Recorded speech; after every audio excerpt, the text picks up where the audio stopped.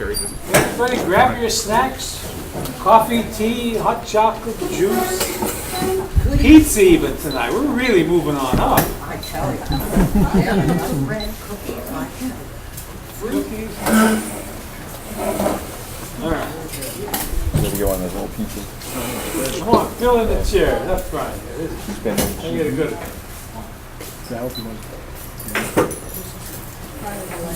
I can't even talk right now. Help as well. No, but yeah, I'll probably.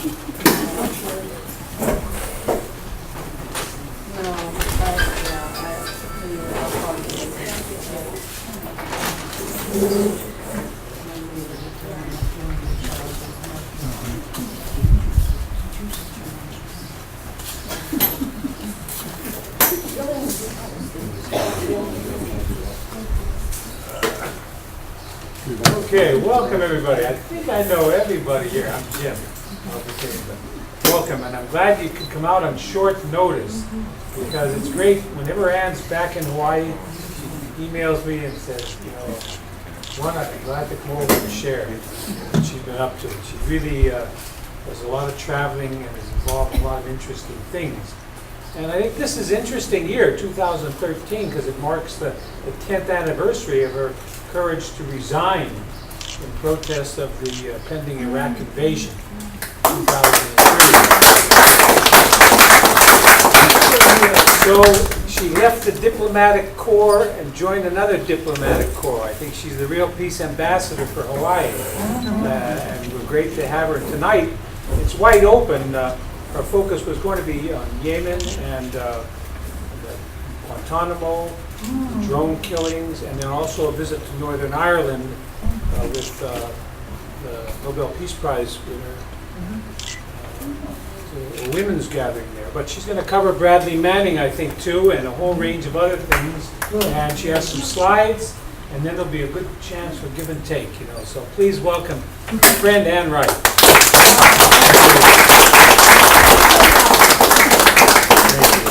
Thank you, Jim. It's always great to be back on the Big Island, particularly in Keaau, and to be with all of you all. We've been together on, gosh, I think starting in 2003. That was the first time that I ever came over to speak, and that was at the Palace Theater for the film Uncovered the Iraq War. And I had a small little part in that. I was filmed because I was one of the people that had resigned. And that was the first time that I ever came over to speak. And since then, I've been back many a time. And I thank you all very much for coming out to hear what I've been involved in and what many of you all, as we see each other really all over the country at various events and various actions, whether it's with stopping wars, whether it's with Occupy. How many of you all are with Occupy? Great. Yes, good.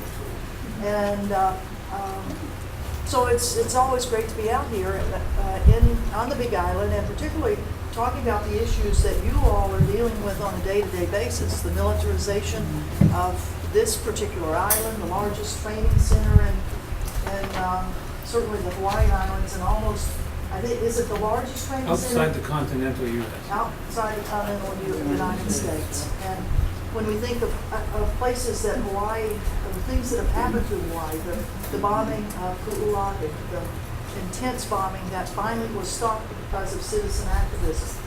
One of the places that I've been this year was to another place where it was bombed to smithereens, and it was because citizen activists got together and said, we're not going to take this anymore. And that was on the Puerto Rican island of Vieques. 2010 or 2003 was also the day of the U.S. Navy stopping to bomb Vieques Island. And so in 2013, a lot of the activists that were a part of that remarkable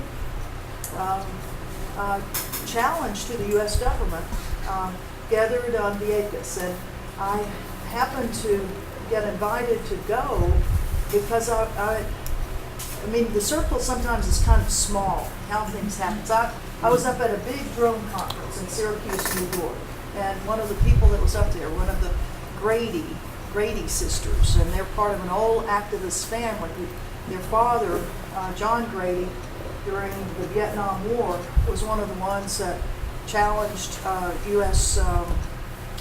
Draft offices, and he ended up spending many years in jail because he and others with the Catonsville 9, and the this 10 and the that 11 and the Hyattsville 12 and all that.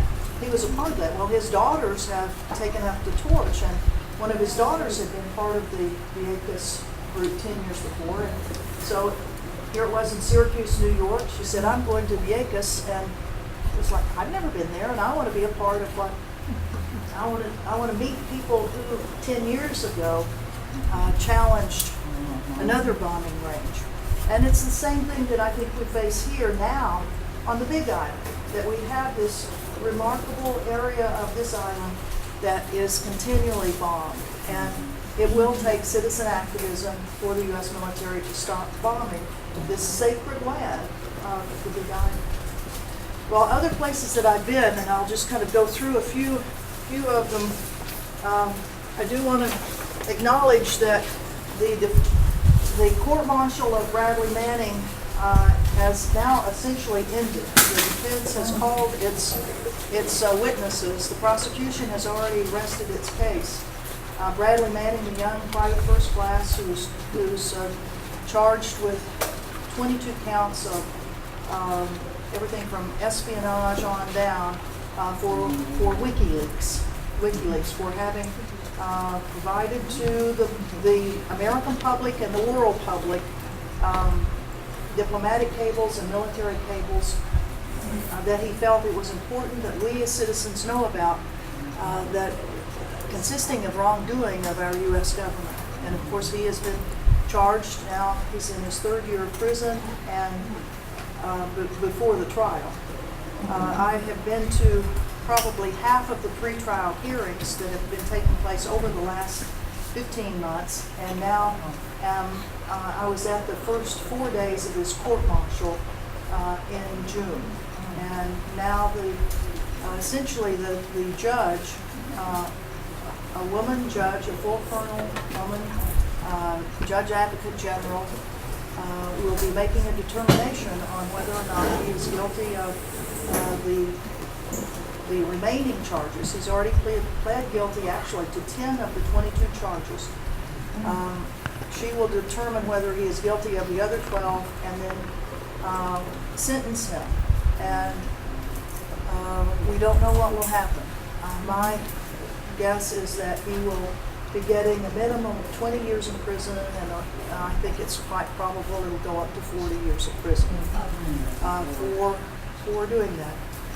We have another person that just in the last month and a half, Edward Snowden, who has now released to us the knowledge of what he as a government insider knew was going on as far as the U.S. government eavesdropping on us as citizens and then on countries throughout the world. And the extent to which our U.S. government is now trapping virtually everything we do, every cell phone call we make, every email we send is being trapped, is being supposedly cached, and will not be accessed unless there is some probable cause, some reason that somebody in the U.S. government has determined that Jim Albertini, oh God, yeah, you're done. Years ago. That we need to find out what Jim's been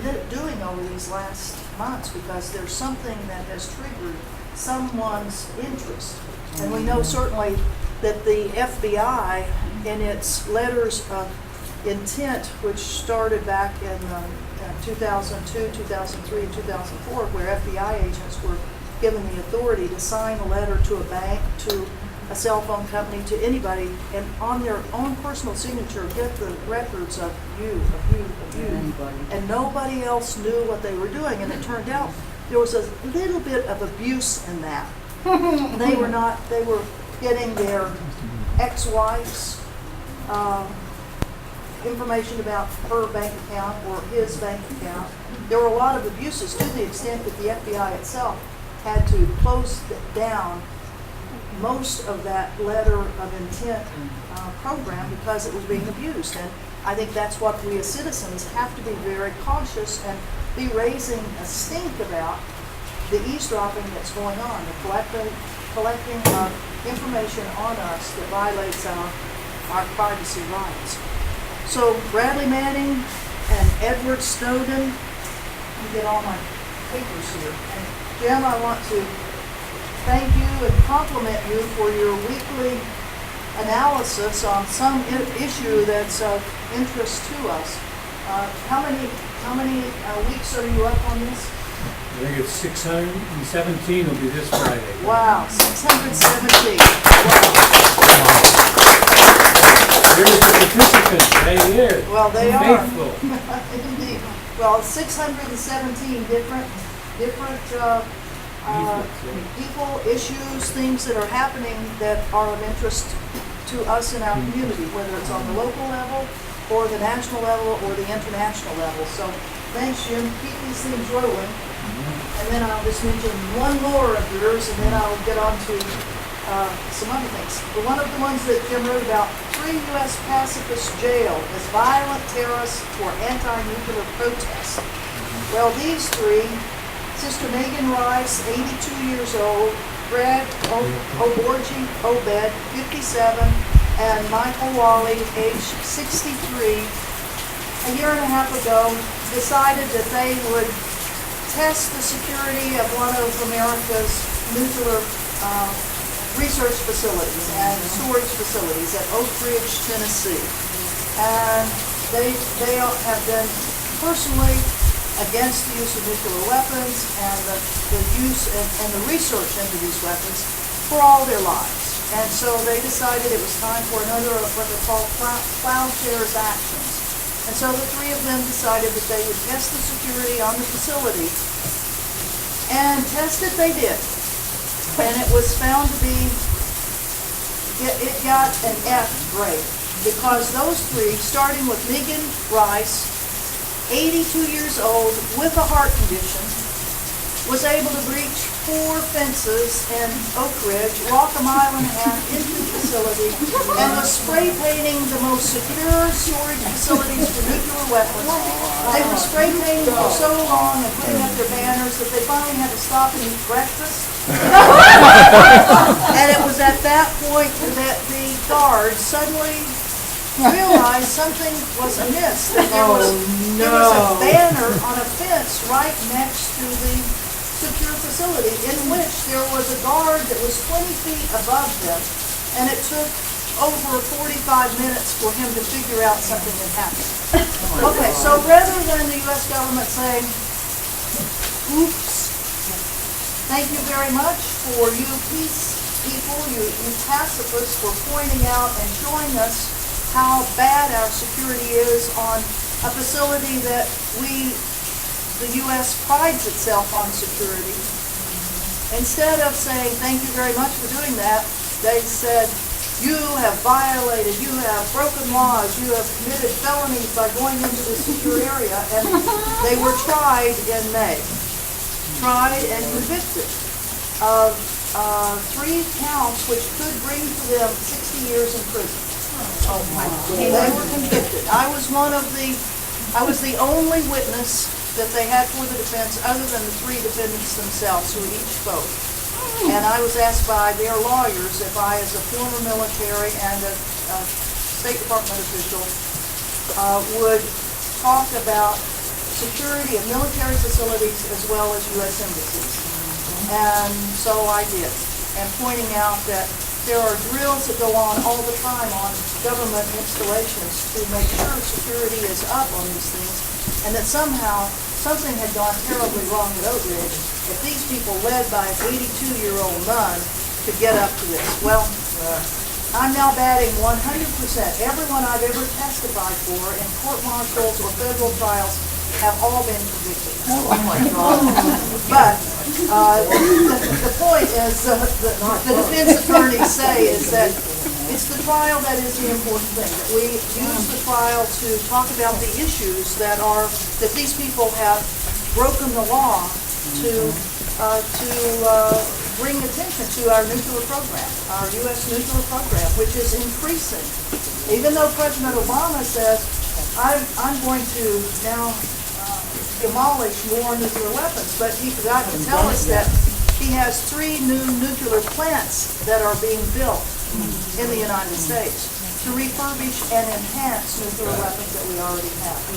So please keep these 3 people in your hearts, and you can write letters of support for them to the judge. They have not been sentenced yet. The sentencing will occur in September, and if you go on the website for the Oak Ridge Anti-Nuke Group, they give the name of the judge and where you can write a letter of support for them. So with that, all of these issues that we have going for us that we are very concerned about, I want to talk about some of the other things that we've been involved in this year. I just returned from a trip to Yemen. Yemen on the Saudi Arabian Peninsula. Have any of you all been to Yemen by chance? Sometimes it's that. I've been in that vicinity. Have you? Actually, in myself, but all around it. Have you? Yes. Well, Yemen is a place where the United States government has decided it will use its drones, its assassin drones, to kill people, to kill Yemenis and to kill Americans. It's in the country of Yemen that the United States of America has killed 4 Americans, assassinated them. No trial, no attempt to capture them. They've just been assassinated. Extrajudicial killing, murder, done by the United States of America. One done in the year 2002 under the Bush administration, 3 done under the Obama administration in 2011, including a 16-year-old boy, 16-year-old American citizen. There have been, a delegation of us went to Yemen, which is located here on the Arabian Peninsula, Saudi Arabia here, Iraq over here, Syria there, Egypt over here, Somalia down here, and then Yemen right here. 4 of us went to Yemen because we are concerned of 2 particular issues that concerning U.S. foreign policy. One of them is the U.S. The use of drones to assassinate Yemenis. And the other is the fact that in Guantanamo, the prison that our president had said during his campaign and the early days of his administration he was going to close. Here we are 5 years later and it's still open. That there are, out of the 779 people who have gone through Guantanamo, who have been imprisoned in Guantanamo, here it is 12 years later, almost going on 13 years, that we still have in Guantanamo. The United States still is imprisoning 166 people. Out of that 166, over half of them had been cleared for release, and were cleared for release over 3 years ago. 86 were cleared for release. The Obama administration says we can't release them because we don't know what they will do when they go back home. 56 of the 86 cleared for release are from the country of Yemen. The United States government says, well, they might do something to harm U.S. interests. Well, let's see. If you've been in prison for what now? 12 years and have been cleared for release for at least 3 years, perhaps that's right.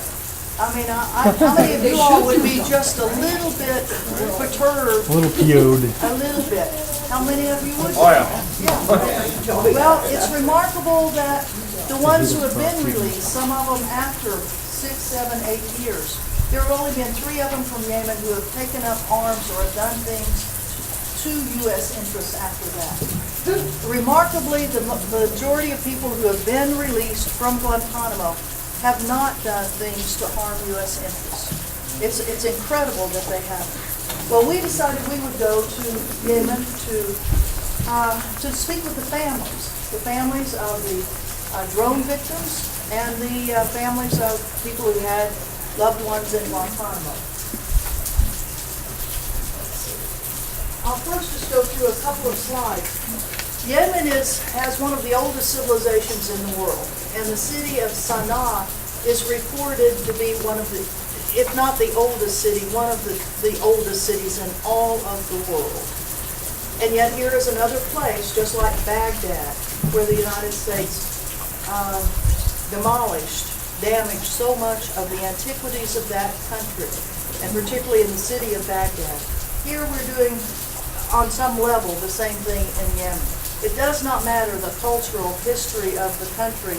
The United States is going after people in these countries, and it doesn't matter what we destroy, to include some of the ancient structures, some of the most unique architectural structures that there are in the world. These buildings that are known, when you see these, you know this is Yemen. This is Yemen.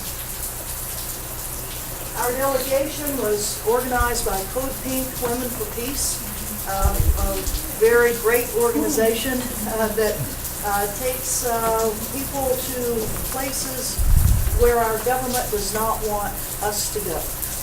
I've been on Code Pink delegations to Afghanistan, to Cuba, to Iran, to Pakistan, and now to Yemen.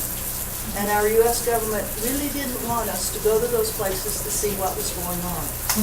Medea Benjamin, co-founder of Code Pink Women for Peace, Ty Berry, art director of Code Pink, Robert Naiman, policy director of Just Foreign Policy, Pam Bailey, a great activist and writer, Jody Evans, co-founder of Code Pink, and Terry Rockefeller, a member of the 9/11 Families for Peaceful Tomorrows. Her sister was killed in the World Trade Center on 9/11, and she is a part of a group of families who had loved ones that were killed on 9/11, and yet they say, we don't want violence to be used in the name of our loved ones. We want resolutions to be done peacefully and not with violence. And Terry has traveled to Afghanistan and to Iraq and to Yemen now in that quest. This is Ty Berry, who was with us. He loves to get the outfits of whatever, or whatever the people wear there, he wants it. So he has his long flowing robes and this beautiful embroidery belt.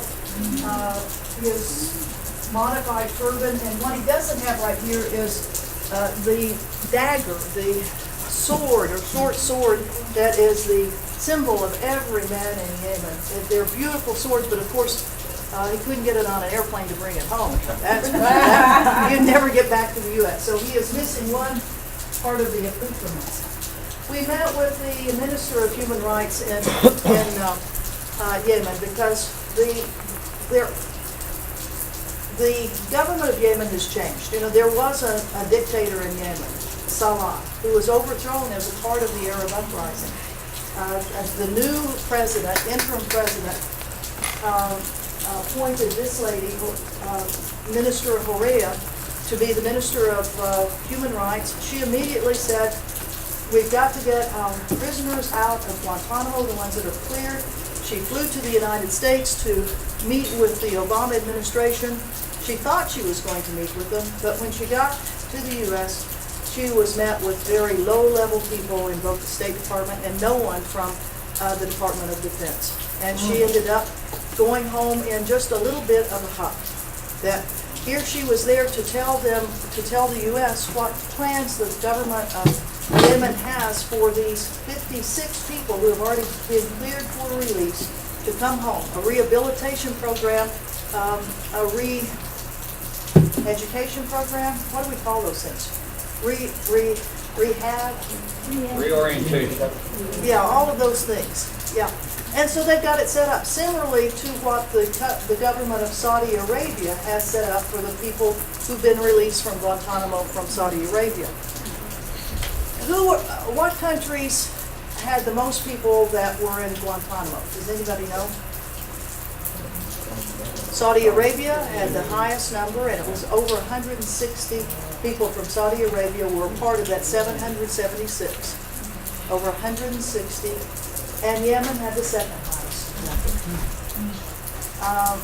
And the interesting questions are, why in particular were those people picked up? You know, the majority of people that were picked up and put in Guantanamo were sold to the United States. They were sold by people in Afghanistan and Pakistan who knew that there was a bounty program, that if they could convince the U.S. that this was a member of the Taliban, they might get $25,000 for them, or $5,000. If it was an Al-Qaeda, it might be $25,000, and then if it was a senior Al-Qaeda, if the U.S. was so stupid to believe that this person was senior Al-Qaeda, you might get $100,000, $250,000, maybe $1 million.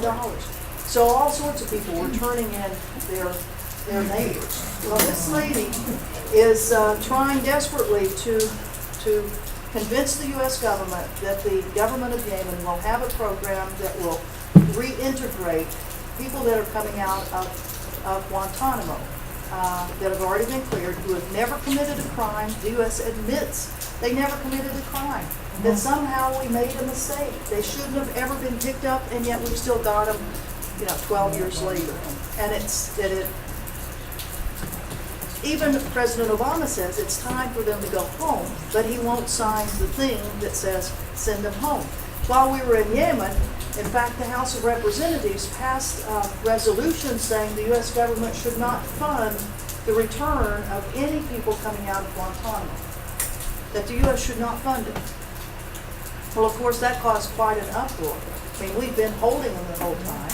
The least we can do is to send them home, but as the Human Rights Minister said, we'll take up a collection here.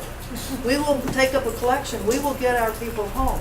And in fact, the United States is paying Yemen millions of dollars, hundreds of millions of dollars in counterterrorism programs right now. So there's plenty of ways to get them home. But this rhetoric that we have in our politics is just undercutting what little credibility we have left in the world.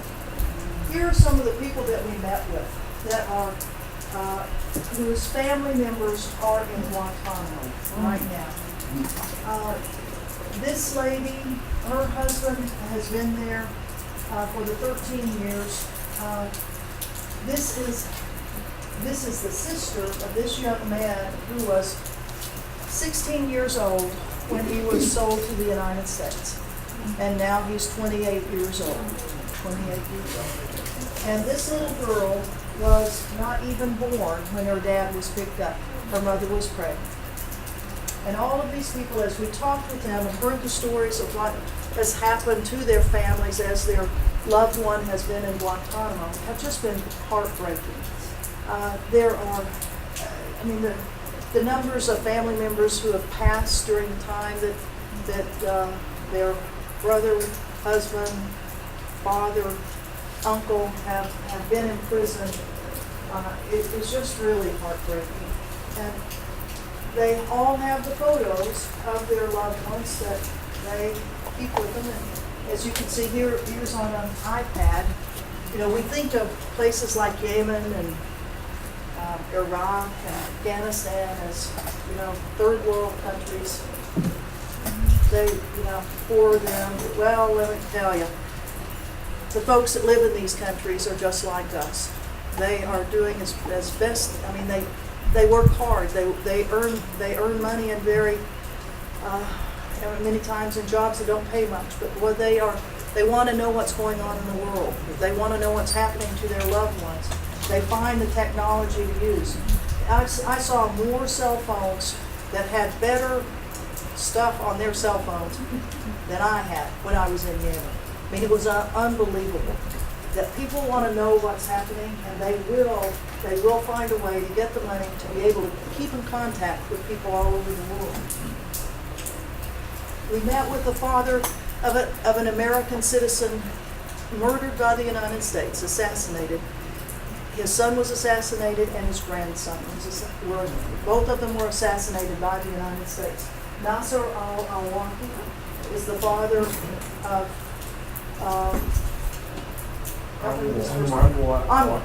Anwar al-Awlaki and his grandson. They were, Anwar, as you probably remember, was born in the United States, born in New Mexico, grew up there. His father was on a long-term fellowship and then worked in the United States. He's a professor of agriculture. He's now been the Minister of Agriculture for the country of Yemen. He's known to the government. His son was known to the government. His son was put in jail in Yemen for about 3 years. And his father says he was radicalized while he was in jail, in prison. And when he came out, and knowing the stories of the people that were in prison, people that were part of armed groups in Yemen, people that were part of not any groups at all, but had somehow fallen afoul of tribal leadership or governmental leadership, that when he came out, he was talking strongly about government abuse, Yemen government abuse, as well as U.S. government abuse, because by that time, the U.S. had been assassinating people with these drones. And that's what Anwar al-Awlaki was talking about, the abuse of power, both in Yemen and the United States. And he called for people to rise up to say, no, we should not be standing for what's going on. And that is what got him in crosswise with the U.S. government.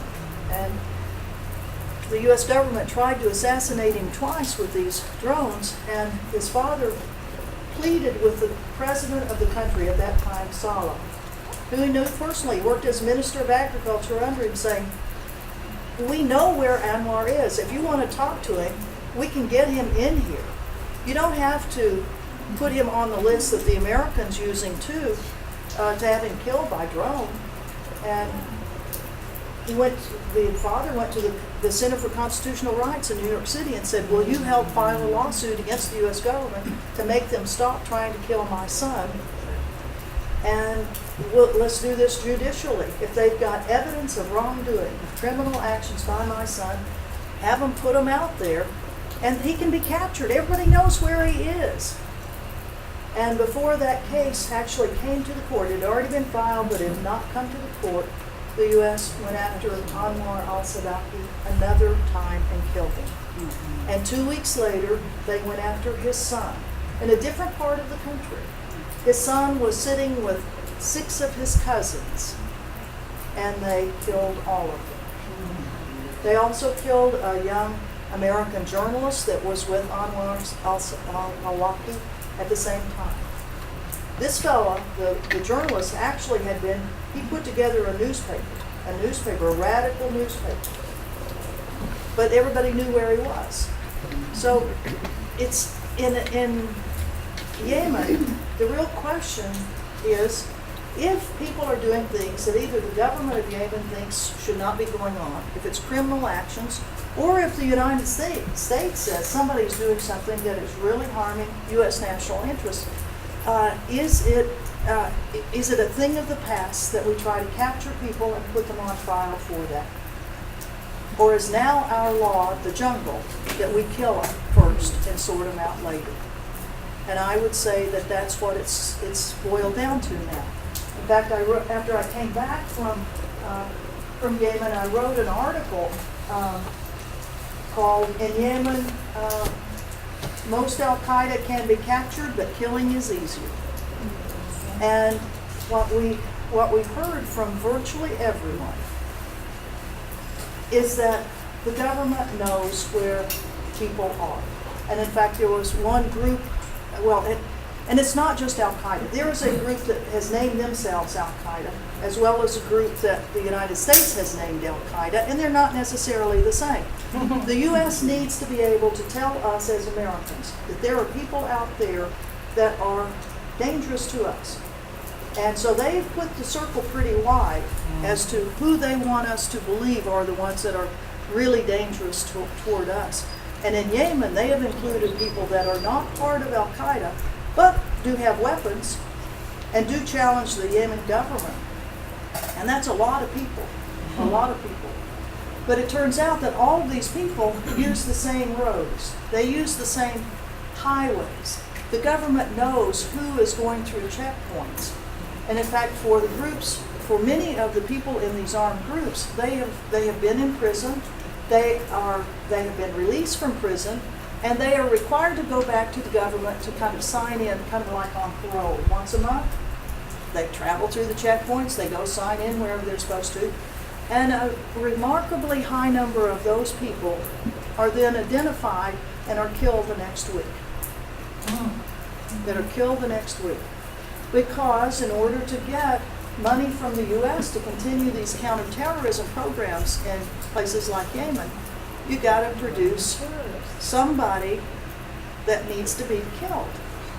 And one of the human rights people that we talked with said, well, you know, Al-Qaeda is the ATM machine for the government of Yemen. Anytime the government needs a little more money, through the ATM, they just cough up some more names, some more people to be killed. And it's just not the people who are of an age that could be part of an armed group. It's, of course, their families who happen to be traveling in the same cars with them. Or it may be the cars that are traveling to the funeral of the people killed earlier in the day. We talked to one human rights woman from the area called Maria. She said in one day they had 5 different drone strikes, and people killed in every one of those drone strikes. And she said in 2 of the drone strikes, the drivers of the car, we knew they were part of Al-Qaeda. Everybody knows it, but the people that were riding with them weren't part of it. Because you can be part of Al-Qaeda on one part, but have friends that aren't. And it's this big brush that we paint everyone with, that we, the United States, that any association, any dealings, any proximity, you're fair game. One of the ladies that we talked with said, you know, I know Al-Qaeda. I know when they come through our town, I don't like some of the things that we've heard that they've done. Some of the ones have done. That's not good, some of the violence they've wreaked. But she said, you know, I can at least talk to them. I can talk to them. But I can't talk to that guy that's operating that drone in the sky. That drone that's killing more people than Al-Qaeda is killing. I can't talk to them. And that's what really this drone program has done. It is really, really, the reputation of the United States around the world is pretty dismal. And these drones are one of the reasons. When we were in Yemen, we as American citizens wanted to go to our U.S. Embassy to say to our embassy, we don't like the drone program, we want it to stop, the assassination drone program, and we feel that the prisoners that are cleared for release must be released. So we mentioned to 2 of the human rights groups in Yemen that we were going to go have a vigil at the U.S. Embassy, and they said, whoa, we want to go too. And they do go to vigils. They do have vigils at the U.S. Embassy, and they brought about 250 people with them to join with us at the embassy. And you could see them coming up the road.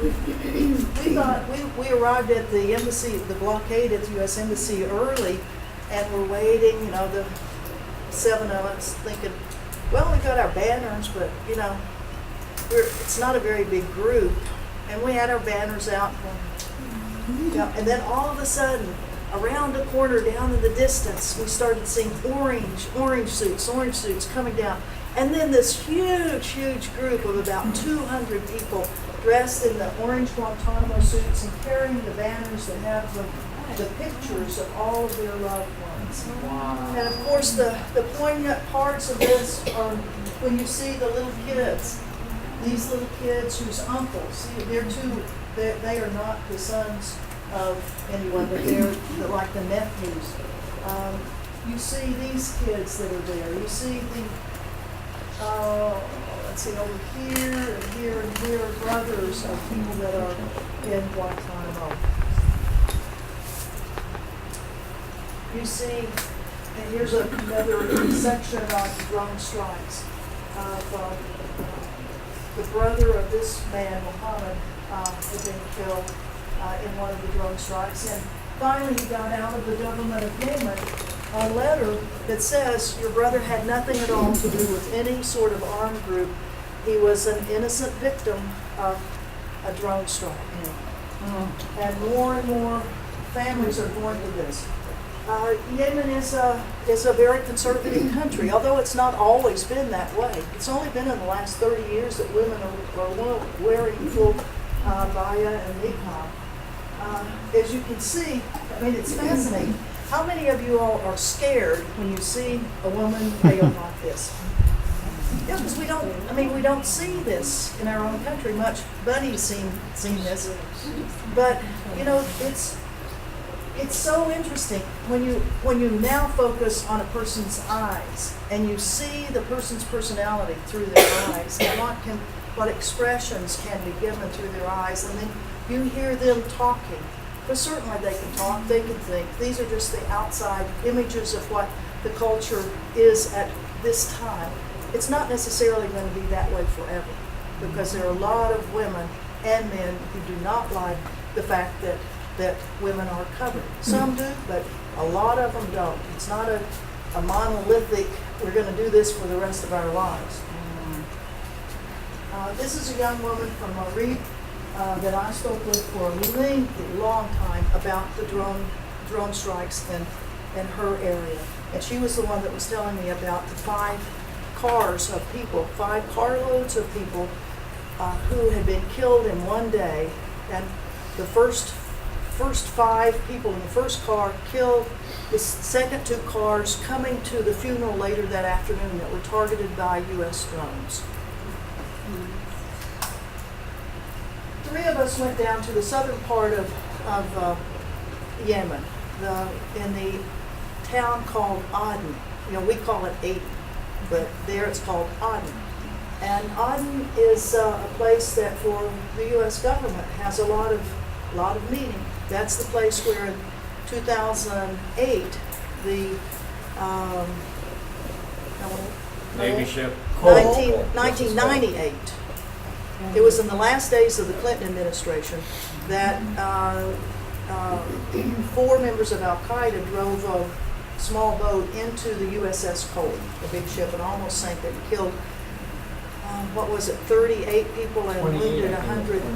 Pardon? I think it was 28. 28 and wounded 150 some odd. Yeah. So Aden is a place that the U.S. Has kind of in its target, and the area around it called Abiyan. And so that's where we went to talk with more drone victims. This little girl, Waka, was killed. She's 8 years old. She was killed in a drone attack. Her dad and her brother were walking down the road. A U.S. drone hit a medical clinic that was on the other side of them, and the U.S. said there were Al-Qaeda in that building. So here are these unarmed civilians walking along, boom, the building blows up. They run, they weren't hurt right in that one, they ran into a school that was very close by, got down in the basement of it to try to get away from all this, and another missile hit right at the base of that school and blew in the foundation and ended up killing this young girl. This young man was killed in another drone attack in the same area where a U.S. drone targeted a man in a house. He was the only person in the house. His family had left. They blew the house up. It was near a market. The people in the market came running to the house. What happened? It's Mohammed, the taxi driver. What happened? Why is his house blown up? And while the whole crew, I mean, like 80 people from the market were there trying to dig out, because they didn't know whether the family was in there or not. They knew it was Mohammed's house. As they were digging, trying to find survivors, another drone strike hit. 25 people were killed. 25 people killed. As a process of a transition from a dictator after the Arab Spring, the dictator of Yemen was thrown out thrown out of the country. He's back in there now, but he was thrown out and left for almost a year and a half. As a part of the transition, Yemen has decided they would have what's called the National Dialogue. And it turns out it's kind of like a constitutional convention. They have voted on and have 565 people from all over the country, from all ethnic groups, from young, old, all of the groups who are now meeting to discuss how their country is going to be run. They have 10 areas that they have committees on. They meet and then they come back into plenary sessions. And we were there as observers on 3 days, and it was the most interesting and dynamic thing you've ever seen. And it was done with respect, it was done with law, or with order and discipline in terms of everybody getting a chance to talk, but not everybody, no one dominating the conversation. And as much, there are plenty of complaints about the process, but for us, it was amazing to see a real dialogue going on among members of groups that previously have been fighting with each other, because there's a lot of animosity in Yemen between tribal groups, between the north and the south, between the Houthis, which are on the border with Saudi Arabia. I mean, there's a lot of internal dissension, and yet, plus the fact that it's now the target of international drone stuff and Guantanamo stuff, and yet they're trying to use a very unique process called dialogue, called talking with people. Some of the people that were speaking, a lot of young women that were there. And if you look, this woman was a part of the, she is the editor of Yemen Times, one of the biggest newspapers. This young woman was from down in the southern part of Aden. And this woman, what is unique about her? She has no headscarf. And yet she says, I do not have to wear a headscarf. I will not wear a headscarf.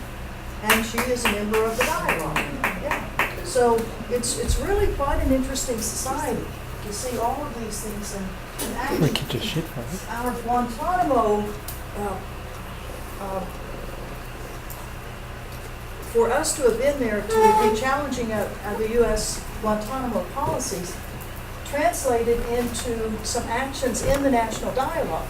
We had given out some orange armbands to wear when we were down at the vigil at the U.S. Embassy.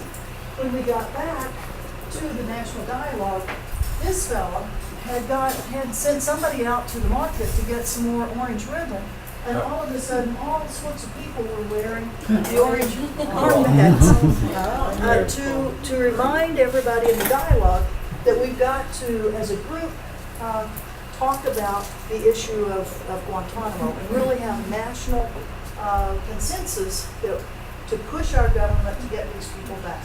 And here's another picture of the young woman, the editor of the Yemen Times.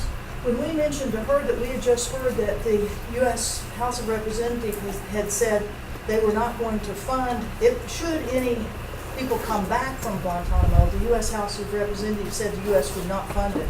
Well, this lady got busy, and within 10 minutes she had a petition all typed out that by the next day had over 200 signatures from people in the national dialogue saying, we oppose this, and she was sending it straight to Senator John McCain, who had visited Yemen 2 weeks before. It's very interesting. John McCain has been to Yemen, and he knows a lot about what's going on there. I disagree with most of his stances, but on Yemen, he is one of the few American congressional people who's been there. And she knows his staff, and she called them up while we were actually at her office to rail at them. And the staff was saying, no, wait a minute, that's the House of Representatives. McCain is a senator. We're not going to let this happen in the Senate. So it was interesting to see how she was working with this. One of the people that we met with was a young woman who was given the Nobel Peace Prize a year ago. This young woman right here, whose name is Keaau. She was one of the leaders of their early Occupy, so to speak.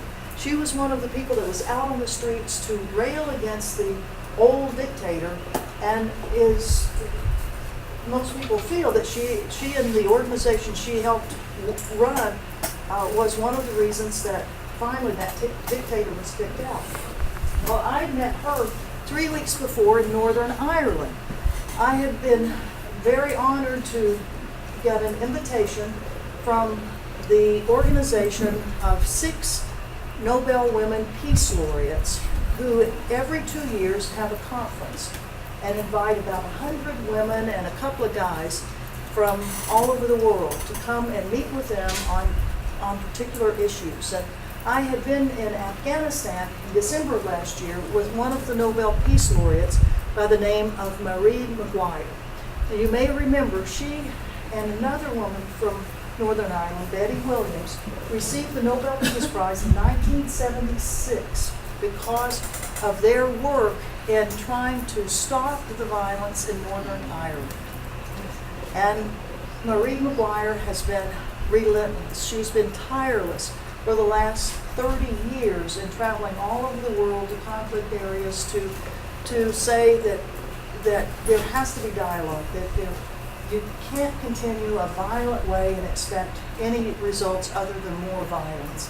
And so Marie and I were in Kabul in December, in Kabul, Afghanistan, working with a group called the Afghan Peace Volunteers. And at that, while we were in Afghanistan, Marie asked if I would be interested in perhaps going to this conference that was going to be held in May. And it was like, well, of course, would I be interested? It would be such an honor. And so I was one of I think there were 4 Americans that were there, and the rest from all over the world, and women who had been involved in trying to resolve the conflicts of their countries, whether it was the Democratic Republic of the Congo, whether it was Sri Lanka, whether it was Uganda, whether it was Liberia. It was a remarkable, remarkable meeting. The subject was ending militarism in the world. Why not just go for the, the big threat here?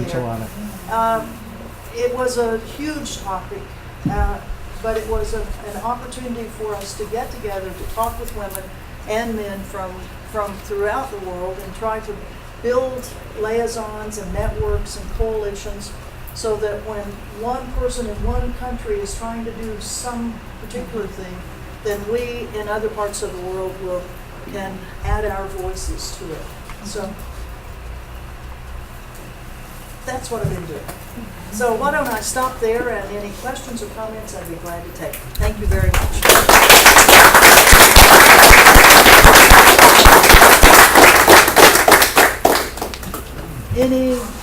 Yes? Do you happen to know how many of those Yemeni prisoners in Guantanamo are among the hunger strikers? Yes, there are 10 of the Yemenis are on the long-term hunger strike, the ones that are being force-fed. And, there are reportedly 104 that are on 104 out of 166 have been on hunger strike. 44 of them have been force-fed, many of them now for almost 5 months. 10 of them are from Yemen that have been force-fed for 10 months. There used to be 167 there, but one ended up dying a year ago. It was from Yemen. The U.S. military has said he committed suicide, and just this last week they said they think he committed suicide by overdosing on medicines that supposedly, these people, many of them have been in isolation. They are given whatever medication it is in small things, and they are watched as they take it. So this whole thing that this guy could over-medicate himself, that he could hide enough medicine someplace in a cell that's searched every single day, doesn't really make sense to me. But anyway, yes, there are people from Yemen are on that hunger strike. Yes, please. Well, you're pretty high profile, and so is Medea Benjamin. and probably some of the other people that you travel with. And I mean, are there people in the administration that you have any kind of like rapport with, that you can work with, who are amenable to what you're doing? No. I mean, you're like And I say it ambassadors. kind of frankly, because on one level, you can do a variety of things in your activist work.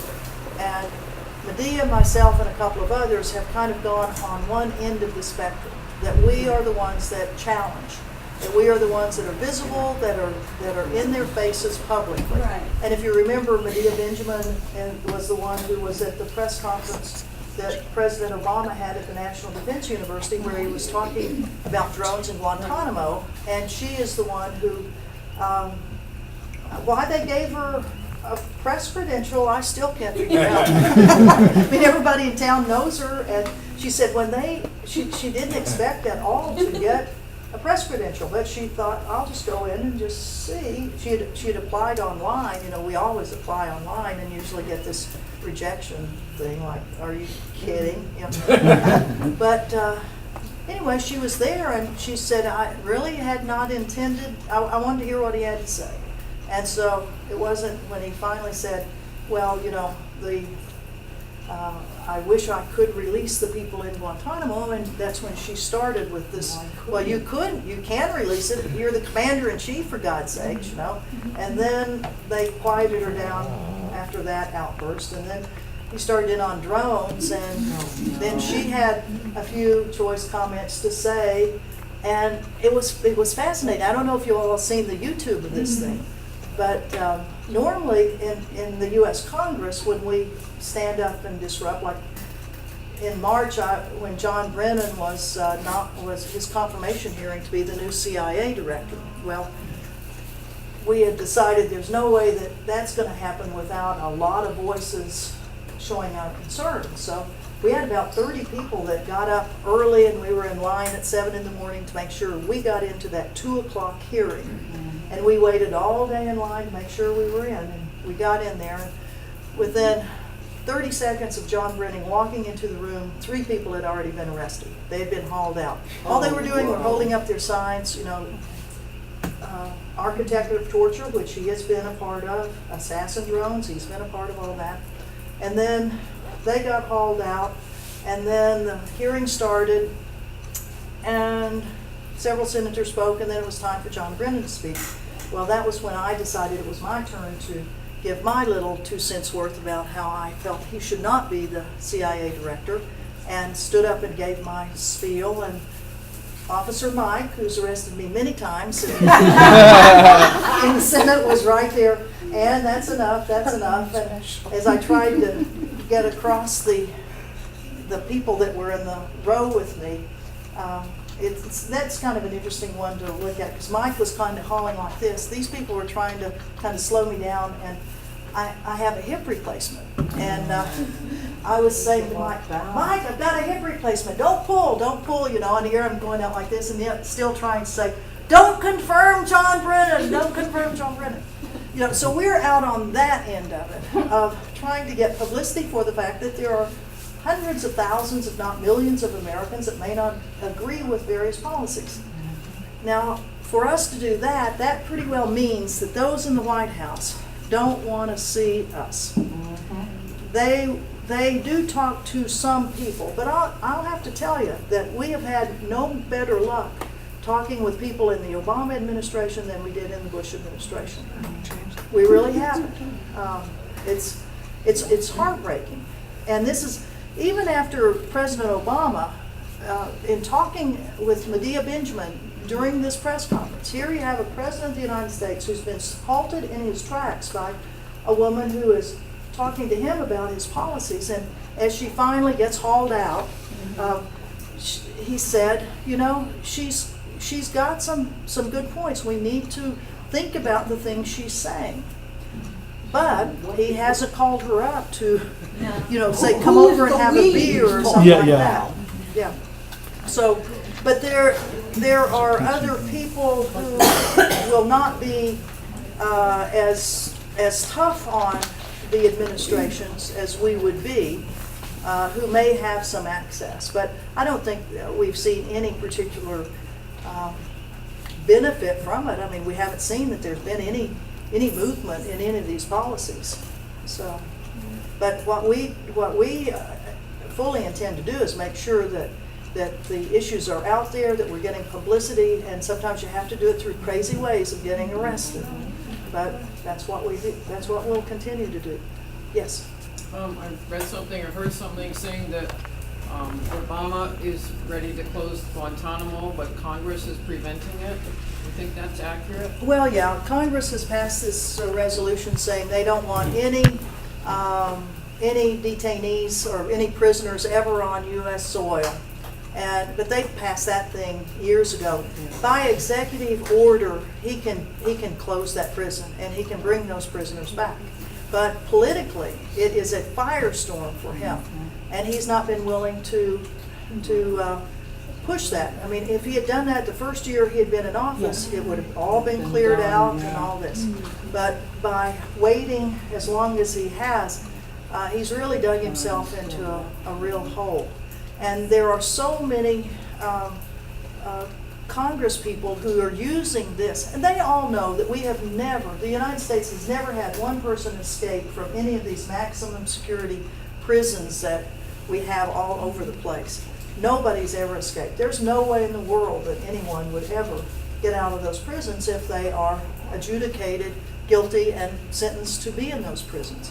That's part of the problem, though, because the 40 that they have identified as the worst of the worst, the ones that should never ever be out of jail, should never even go to trial, is because what they are going to tell on trial are how they've been tortured.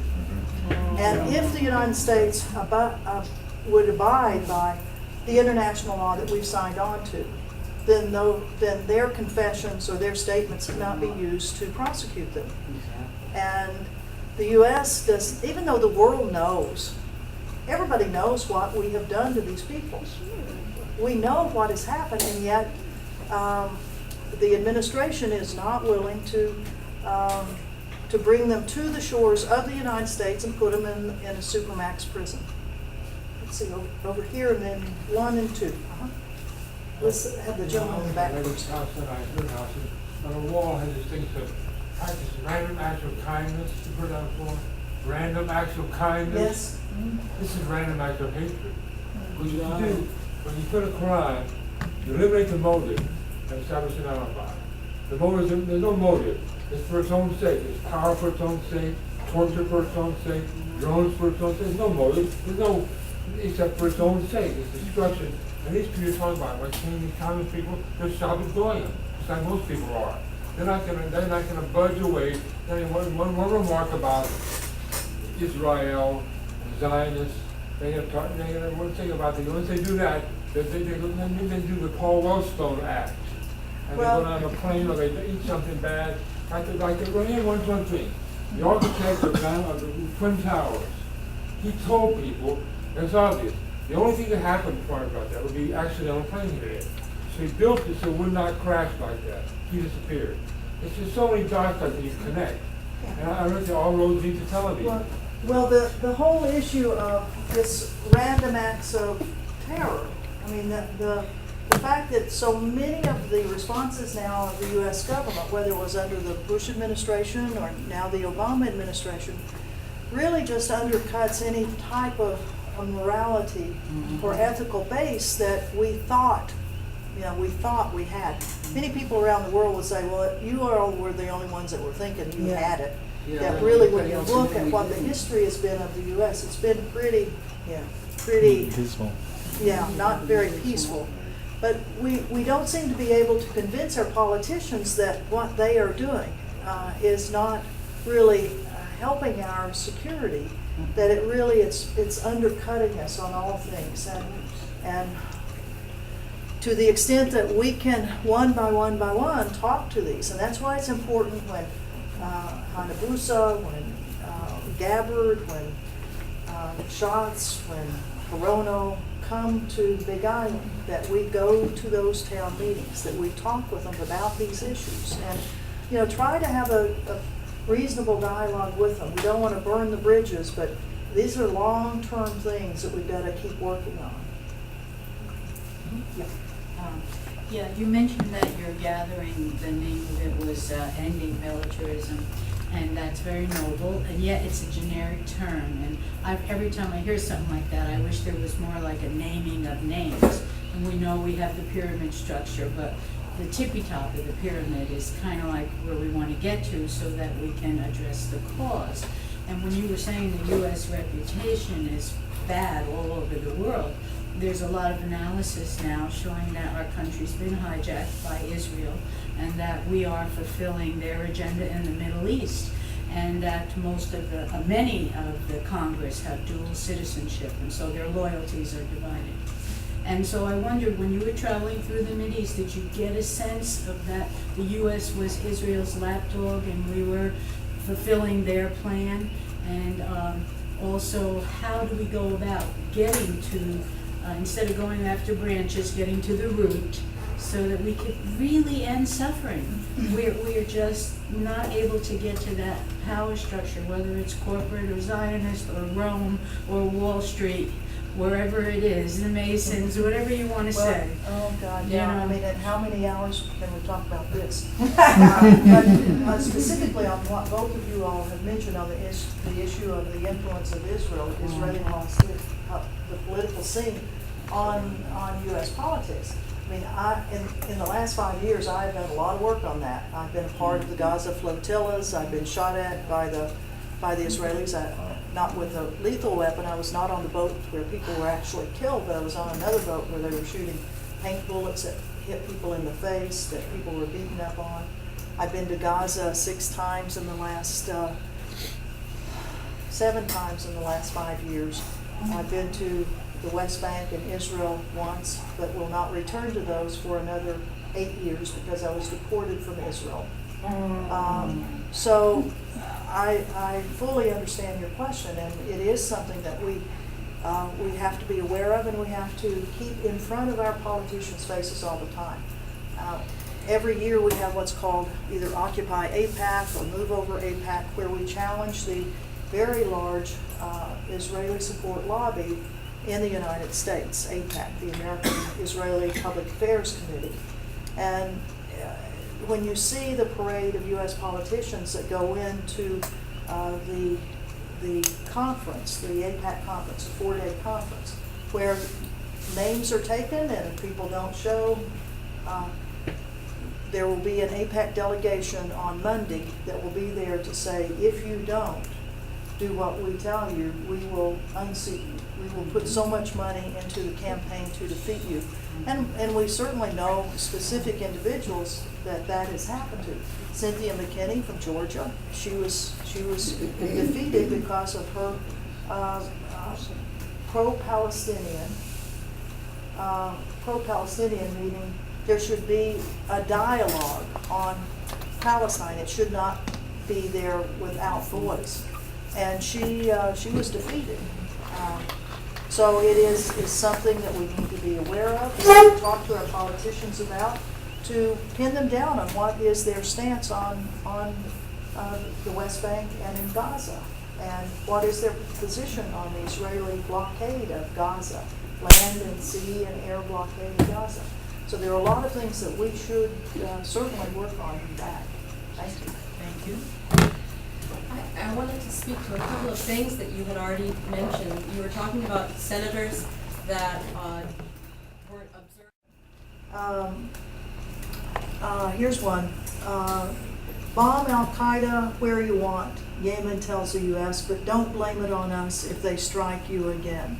So here's conversations that actually John Brennan had with the old dictator of Yemen, and the dictator's saying, fine, go ahead and kill all these people. I don't want them around in Yemen anyway.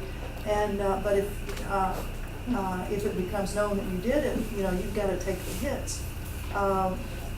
Yemen trumpets the strikes on Al-Qaeda that were Americans' work. These are the diplomats who've gone to talk with the government. These are the details of what's going on behind the scenes. The Saudi defense minister explains the targeting of Yemeni rebels with airstrikes. And in this one, it talks about how the Saudi Arabians said to the U.S. diplomats in Saudi Arabia, those government officials in Yemen are playing you guys. They are getting you to kill the people that they want dead here, and that don't have anything to do with Al Qaeda or any harming of U.S. government interests. So these are things that we never would know about unless the WikiLeaks came out. Unless Bradley Manning had given the greatest number of diplomatic cables ever in the history of the world. None of them top secret, though. That's a very interesting thing. None were top secret or higher classification. They're all secret and below, and they have been gone through to make sure that there was not information that disclosed what he felt was things that were really detrimental. How do you say it? Really harmful to you. Well, this was harmful. It was embarrassing to the U.S. But anyway, I think Snowden and Manning, they have done what they felt was right for them. That as a government employee, they were exposing government corruption. Now, why the people of America aren't out on the streets? In fact, on the 4th of July, there were movements, there were groups in major cities in America that were using the 4th of July parades to hand out literature saying, aren't you outraged because your privacy has been totally demolished by the revelations of Snowden?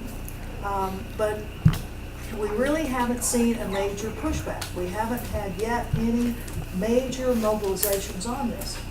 If you ask young people, are they concerned about the fact that everything that they're doing on their cell phones? Is that of concern to them?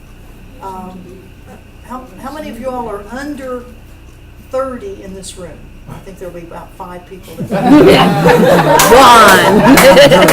Are any of you all under 30? No. Okay. Tell us about, if you will, do you feel your friends are concerned about what's happened? Are you concerned about what's happened, or what? I am, and a lot of my friends are, but I know that most of the teenagers in the world aren't. But I just can't get friends. I ask everybody. I ask all youth that I come in contact with after we met. I say, I'm going to be right in your face, and I have to ask you a question. And they're hopeless. They are. It is so corrupt. It's beyond salvation, and it's very demoralizing. I mean, they are demoralized, and they say right out, the government is so corrupt that it is hopeless. And don't we all think that we're just real close to fascism? I mean, that we're right there. We're right on the cusp. Yeah. Well, I mean, when the government does these types of things, it is what we have always known as kind of a fascist state, that it's the great security state protecting. And this is how it happens, by deadening the people, by scaring them. But one of the things that I think we can do, I mean, we have to think creatively. How do we kind of instigate a little trouble? How do we shake people up? How do we get them concerned about this so that there will be some notice taken that people are concerned? I mean, is it a little thing the size of your cell phone that you can write out about all of the things that are happening with this cell phone, that every one of your text messages, every one of your cell phone calls, every email you send from this is going into the database in Utah, and maybe handing that out, asking them, put it on the back of your phone, something that you can do to hand to people to say, are you concerned about this?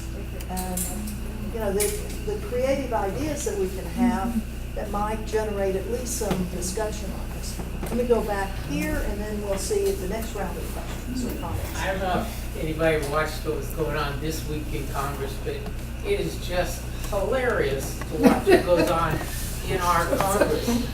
I mean, I can't even believe that these guys are representing us and they are our government. Right. They're in there just bickering and doing nothing. And one guy slammed another, one slammed another. Nancy Pelosi, I remember she got up and said, our government and you people are beyond making comments about, I mean, it was just amazing. This week, our government was totally Dysfunctional. dysfunctional and doing nothing. And Well- the Republicans are totally obstructionists. I can't understand how people can let this go on. I would think that there'd be thousands of people in there saying, get out of here, let's get some government going. It's just hilarious to watch these guys down You there. know, to the extent, let me just. Hold it, David, let Ann respond. Yeah. You want to Well- follow through the bank's word. Well, thank you, thanks so much.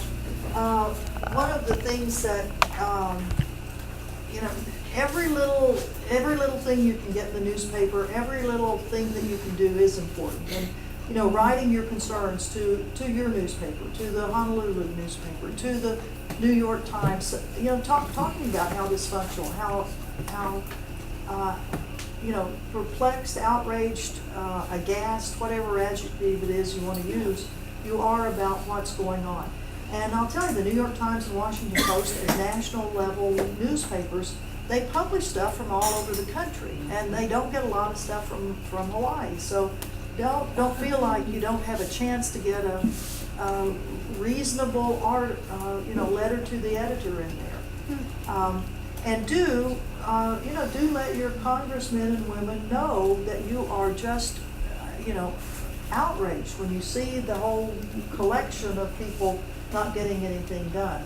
I mean, we have to just keep after these people that have been elected, and to the extent that you can find anyone that wants to run for office, considering all of the mess that it is. I mean, it takes a brave soul to try to get in there to try to help change things, but to support them, if you can find some good ones, to really support them. I think you had a comment earlier. Well, actually, it was it's almost totally unrelated. It was at the very beginning.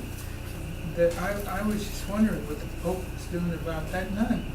I mean, that, to me, he should, you know, not only one of his own, but a senior in experience and life, and doing something that very few people have the courage to do, almost saintly in a way. And of course, there's a new guy in there, but nonetheless, have you heard him doing anything about this to get? Well, the issue of the retired nun that has now been convicted of going into this nuclear plant, the only thing that I have heard is that her own auditor is very perplexed about this, and yet she's been arrested 100 times on a variety of things. It's not like anyone doesn't know Megan Rice.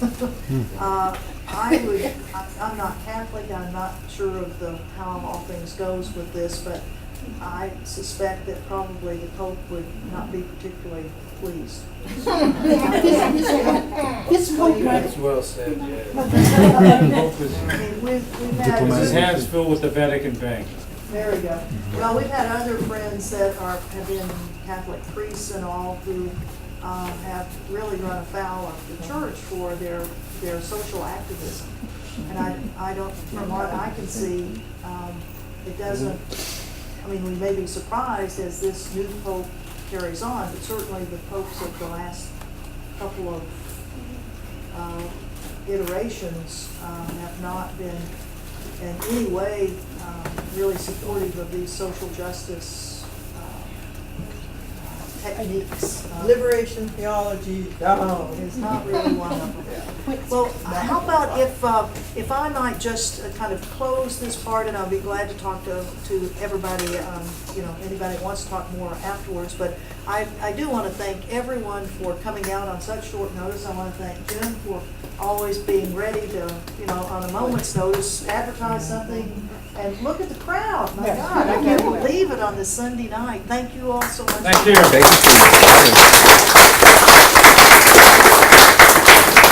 In closing, yeah, this is a great turnout on short notice. I think, we come together for events. If Bunny shows a film on Palestine, or Van Wright speaks, we have the weekly vigil. Those are good events. we need to find time more to talk about what kind of actions are possible. I'm one of a believer that it's got to come from the ground up, you know. It's not going to be from the Pope down. It's got to be from the ground up on all these issues. And I'd like to make one final pitch here. You know, to me, I want to do a workshop on Hawaiian solidarity. Solidarity with Hawaiians on issues here. Because we live in an occupied country here, and issues of militarism and so many other things, whether it's geothermal, whether it's GMO, all of this stuff I think has to tie in to the Hawaiian solidarity movement.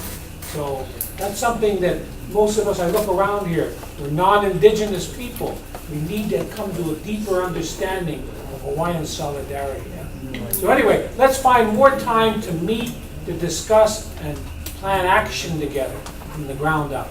So thanks for coming tonight. Thank Good you, stuff, Danny. okay? And one more thing, these are, I meant to hand these out earlier, but these are handouts about drone warfare and surveillance, and they were created over in Honolulu by World Can't Wait, Carolyn Hedlund and crew out there. So she asked if I could bring some over for you all, and we've got some good ideas and good tips. Thank you. Yeah. Thank you all very much. Thank you. Thank you.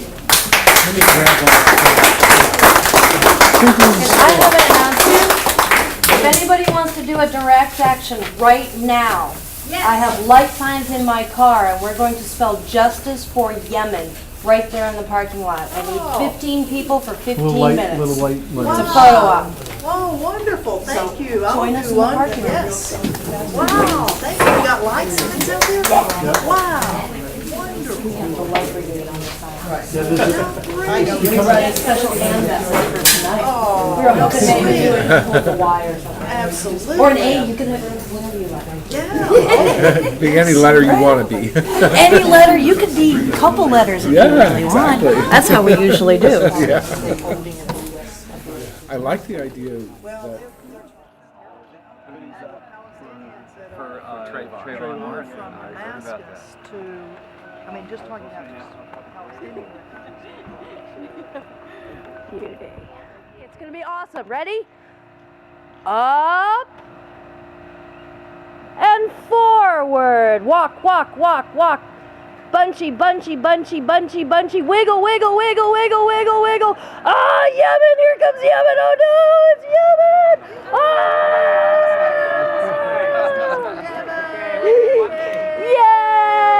Yay! Rock and roll! Make a pile! Well, before you all make a pile, I want to thank you all very much for doing this, for having these.